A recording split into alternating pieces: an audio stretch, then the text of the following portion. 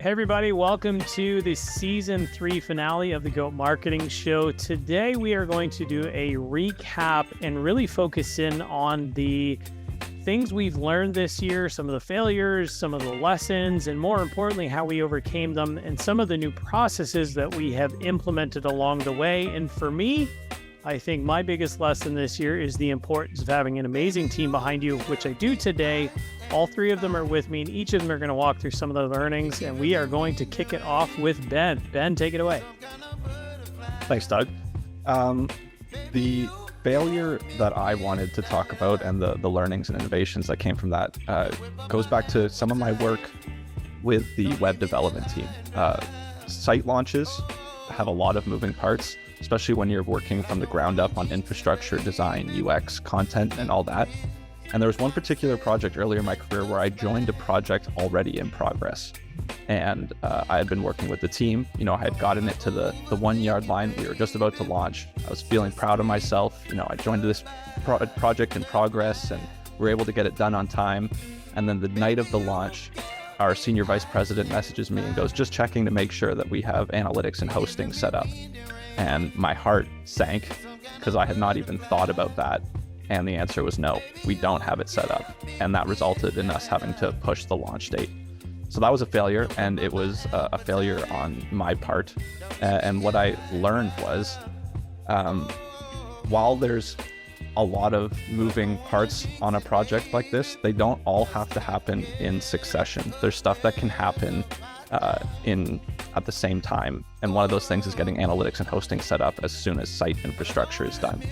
And so an innovation that I made because of that is that no matter what, when we're doing the website, as soon as infrastructure is done in the schedule, we have an analytics person on the job and our lead developer gets hosting set up.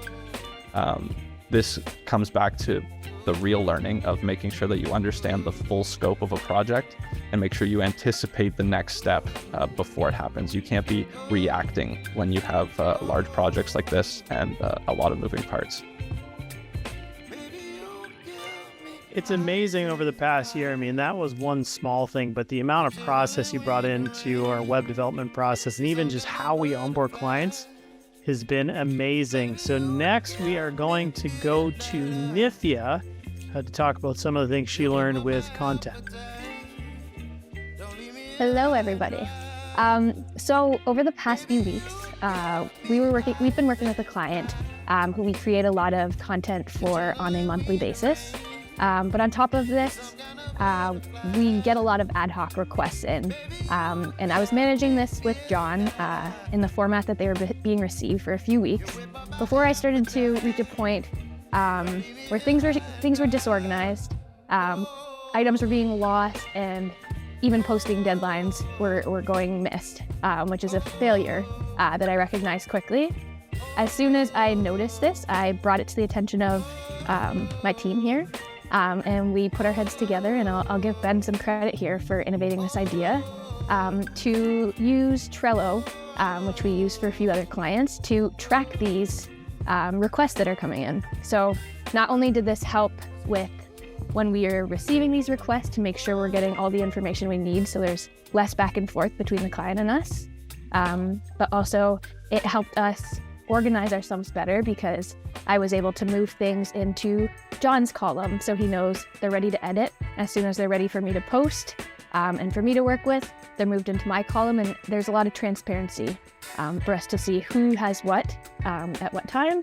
And yeah, the learning here was there's always a better way, and I'm glad I was able to lean on my team and their expertise to find a better way to work this out. And after a few weeks of using this process, I checked in with both John and our client to find out how things are working on their side, and everything seems to be running a lot more smooth. The deadlines are no longer being missed, and yeah, it's just a process that works really well, and we plan to implement moving forward. So I have to give you an extra shout out because when you work in a small team, one of the ways that we're really efficient is we have a lot of autonomy in our roles. And so we all do our own things, and sometimes we don't have sight on what everyone else is doing. And for you to reach out and ask for help was huge. because it brought John and I involved, and now we get to see what's going on and have that bird's eye view of everything and work as a team. So credit to you for asking for help, because that can be hard to do, especially with a small team. I would agree big time. One of the cool things that's been a big part of our growth this year has been all three of your abilities to work across functions and figure out ultimately what do we need to do to help the client accomplish what they're trying to. So just because they ask us or say, hey, we're trying to create more content because we're trying to launch this campaign, we don't turn around and say, wow, that's not within scope. And the value for us is we're trying to focus on more value billing, not hourly billing.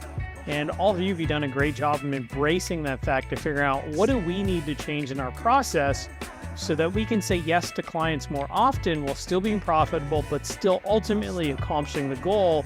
And a lot of that is being exemplified by how you look at challenges and how you address these problems to find efficiency, find new tools, and drive that home. So John, bring it home for us. I'm glad you said that, because that's a perfect segue into what I wanted to talk about. The failure that I've noticed, I'll go back maybe about a month and a half ago. We had a meeting with Ben and Nithya, and we realized that I had been going over my hours for a certain client. Luckily, as Doug said, we were value billing, so it wasn't hurting the client at all. It was just making us less efficient in what we were doing. And so the failure that I noticed to myself there is, one, it was a failure for me to communicate what I was doing and being transparent in how many hours I was using for that client. So definitely a big learning moment there, that I need to be more communicative in how I'm doing things and when I'm doing things and how long it's taking me to do them. But the second thing, obviously, that I learned there is I need to be more efficient in how I'm doing things and refine my processes and lean more on the AI tools that we've been using, and lean more on other people instead of spinning my wheels. And so the big thing that I've been working on and learning since that failure was refining my processes. For example, I do a lot of video editing for this client, and I have my video process down to a science now, where I can crank out, and Nithya can attest to this, I can crank out some of these videos with the same quality that I was doing initially, but in way less time, because I have I have things set up now in a way that I don't need to spend hours trying to get things ready for myself. I have it all ready. I have it all laid out. I know exactly what I'm going to do and how I'm going to do it.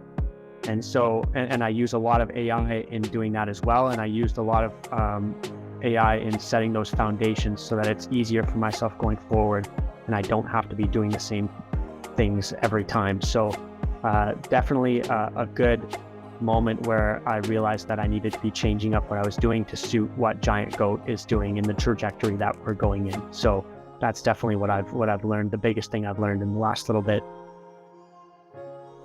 One of my favorite parts of all of season 3 has been watching the growth and seeing how you all experiment with things, push the limits of certain platforms, and realize, hey, we need a different platform to accomplish this. And I am super pumped for season 4. Anybody watching this, if you want to know how we do something, this is pretty much an open book. None of these are necessarily trade secrets. We're happy to pull back the curtain and show you what we're learning. If you've got things that you've found work, please share them in the comments. We treat all of this as just beneficial for everybody so that we can all accomplish what we're trying to faster. So guys, this was an awesome season 3. Looking forward to season 4. Make sure you comment what you want in the comment section wherever you are watching this. Until next season, everybody, take care.